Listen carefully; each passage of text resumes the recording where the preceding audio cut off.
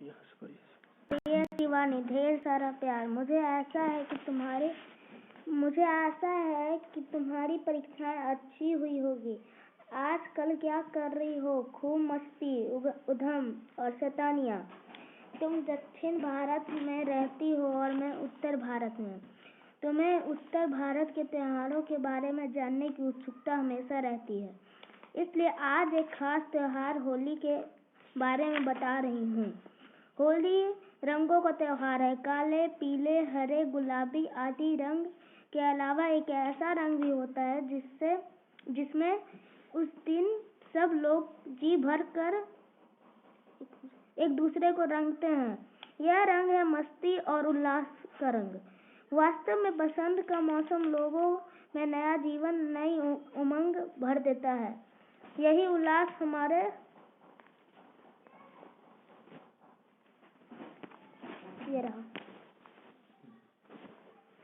रोजमर्रा के जीवन में विभिन्न पर्वों से झलकता है। हमारे देश के बड़े भाग में होली को ऐसा ही एक पर्व के रूप में मनाया जाता है। विभिन्न जनजातियों और समाजों में बसंत का मौसम में से कई पर्व मनाए जाते हैं जो ऊपर से हमें होली जैसे ही लगते हैं, लेकिन यह जरूरी नहीं है कि वे होली ही हों। जिसे हम होली के रूप में मनाते हैं वह मुख्य रूप से उत्तर भारत का पर्व है। दक्षिण में यह पूर्व या तो मनाया ही नहीं जाता है, फिर इसका स्वरूप अलग तरह का होता है। तुम पूछ सकती हो कि दक्षिण भारत में होली क्यों नहीं होती? इसका बहुत सीधा जवाब है। दक्षिण भारत में बसंत का मौसम नहीं आता। दक्षिण में मुख्य दो ही मौसम होते हैं, गर्मी और बरसात। जबकि उत्तर भारत में पहले कुछ महीने तेज ठंड पड़ती है, फिर बसंत का मौसम आता है, उसके बाद गर्मी और बरसात। होली जलाने के पीछे जो सबसे प्रचलित कहानी है वह हिरण्यकश्यप नाम के एक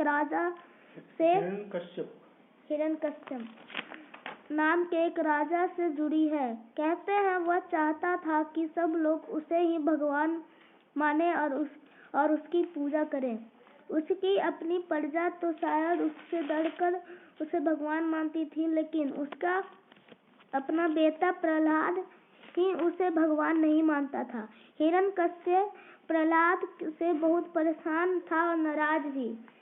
जब वह सभी तरीके से हार गया और प्रहलाद ने अपने को भगवान कहलाने में असफलता रहा, तो तय किया कि वह प्रहलाद को मार देगा। हिरण्यकश्यप की एक बहन थी, होलिका के पास एक शॉल थी और उसे यह वरदान था कि यदि वह शॉल ओढ़कर आग में बैठे तो आग उसका कुछ नहीं बिगाड़ सकती।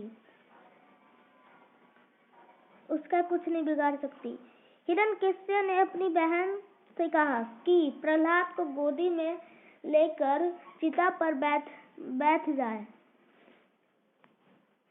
होलिका ने अपने भाई का कहना माना और प्रहलाद को लेकर चिता पर बैठ गई।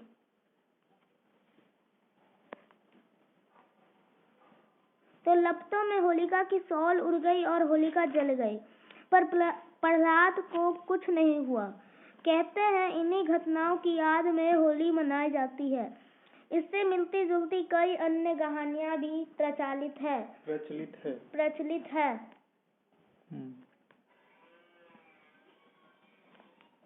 बंगाल में आज भी होली जलाते समय उसमें होलिका की मूर्ति बनाकर रखी जाती है। मध्य प्रदेश, बिहार, आंध्र प्रदेश और उड़ीसा की आदिवासी जनजातियां भी होली जैसे त्योहार मनाती है, मगर उनके त्योहारों में आग जलाने पर ज्यादा जोर है, न कि रंग खेलने पर।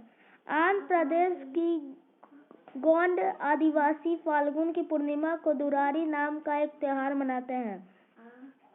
इसमें होली से मिलती जुलती कई बातें होती है, मगर रंग खेलना, मौज मस्ती करना शामिल नहीं होता। 14 की शाम को गांव की मुखिया के घर में 2 बांसों को सजाया जाता है। इन बांसों के सिरों पर खाने की कई चीजें जैसे वड़ा, रोटी, मिठाई आदि बांधी जाती है। फिर इन्हें एक जुलूस के साथ गांव के बाहर ले जाकर जमीन में गाड़ा जाता है। उसके चारों ओर लकड़ियां जमाई जाती है और फिर आग लगा दी जाती है। जैसे ही जलकर बांस नीचे गिरने लगते हैं, उसमें बांधी रोटियां, मिठाई आदि को प्रसाद के रूप में खाया जाता है। अगले दिन बच्चे घर घर जाकर ज्वार इकट्ठी करते हैं और इसे होली की आग पर उबालते हैं। फिर उबली ज्वार और कुल्हाड़ी लेकर परिवार का मुखिया अपने खेत में जाकर अच्छी फसल होने की प्रार्थना करता है। होली की बात हो और ब्रज की होली का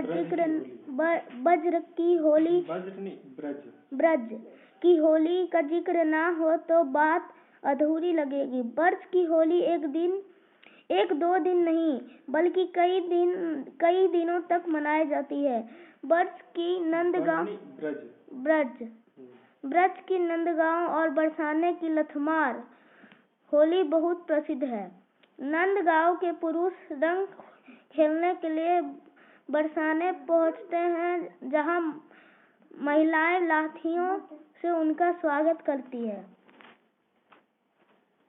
पुरुष रंग डालने की कोशिश करते हैं और मार खाते हैं। होली का त्योहार बुराई पर अच्छाई का भी पर्व है। हमें इसे सही तरह से मनाना चाहिए। अगली बार तुम्हें एक और त्योहार के बारे में बताऊंगी। घर में दीदी जीजाजी को नमस्ते कहना। चिंटू को प्यार। तुम्हारी मौसी सजना। हो गया।